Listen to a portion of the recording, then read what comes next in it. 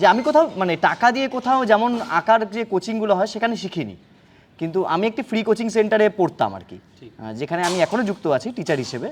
তো সেই কোচিংয়ের একজন দাদা, তিনিও আর্টিস্ট, তিনি আমাকে প্রথমবার বলে যে এরকম দেখে দেখে আঁকিস না, পাশেই যেহেতু লেক রবীন্দ্র সরোবর, ওখানে সামনে বসে কোনো একটা গাছকে আঁক, বা কোচিংয়ে পড়ছিস, আমাদের ওপেন এয়ার কোচিং হতো আর কি, খোলা আকাশের তলায়, তাহলে পড়াশোনার পরে ওইখানেই বসে বসে এই লেকটাকে আঁক।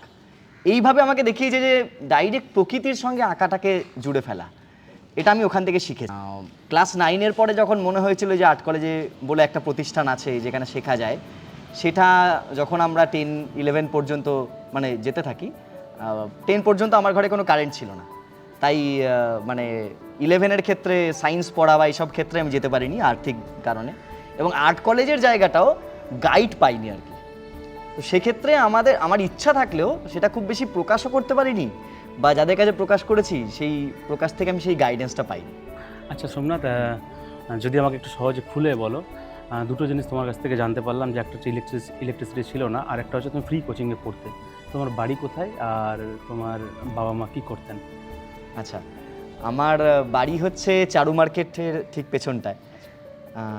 বলতে পারেন যে না, আমার বলতে অসুবিধা নেই।